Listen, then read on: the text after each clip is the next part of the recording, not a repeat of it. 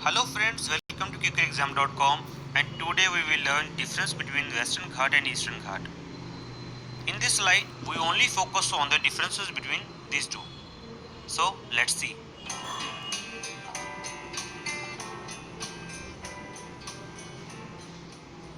Firstly, let's have some introduction about Western Ghat and Eastern Ghat.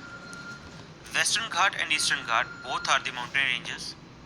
Western Ghat, it is parallel to the western coast of the India. It is also called Shadri Hills, which is formed by Malabar Plains and chain of mountain which runs parallel to the India's western coast.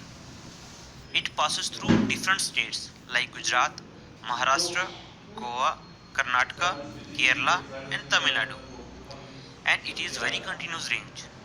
It is only interrupted once by Palagat Gap in Kerala. And if we talk about Eastern Ghat, they run from West Bengal through Odisha, Andhra Pradesh, Tamil Nadu and some part of Karnataka. It is a discontinuous range.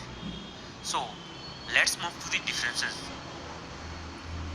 The first difference is Western Ghat lie along Arabian Sea and Eastern Ghat it lie along Bay of Bengal.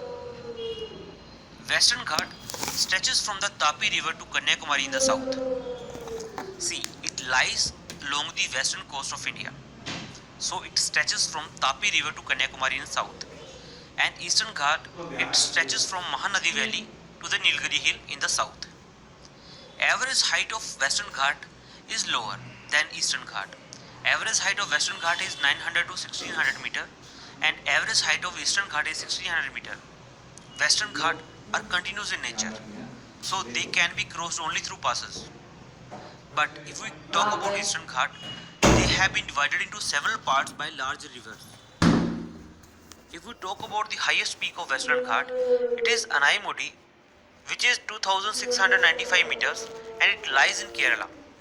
If we talk about the highest peak of Eastern Ghat, it is Jindaghada peak, which is 1690 meters and it lies in Andhra Pradesh. Average width of Western Ghat is 50 to 80 kilometers. And if we talk about Eastern Ghat, its average width is 100 to 200 kilometers. Western Ghat is source of many rivers and there is no big river that originates from Eastern Ghat. If we talk about the rainfall, so I want to clarify you one thing. Western Ghat is perpendicular to the southwest monsoon which come from Arabian Sea. That means there is very heavy rainfall in Western Ghat because monsoon are perpendicular to the mountain range.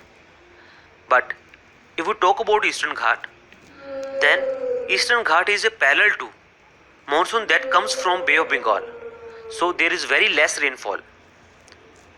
And if we talk about the soil is highly fertile in Western Ghat. Rice, spices, rubber and fruit like coconut, cashew nuts are grown here. If we talk about Eastern Ghat, its land is fertile, but it is not fertile like Western Ghat. Here, rice, groundnuts, cotton, tobacco, coconuts are grown here.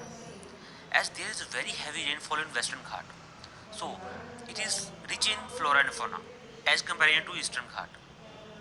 So friends, hope you like these differences and it will help you to remember the differences between Western Ghat and Eastern Ghat. So subscribe our channel for more videos. Thanks a lot.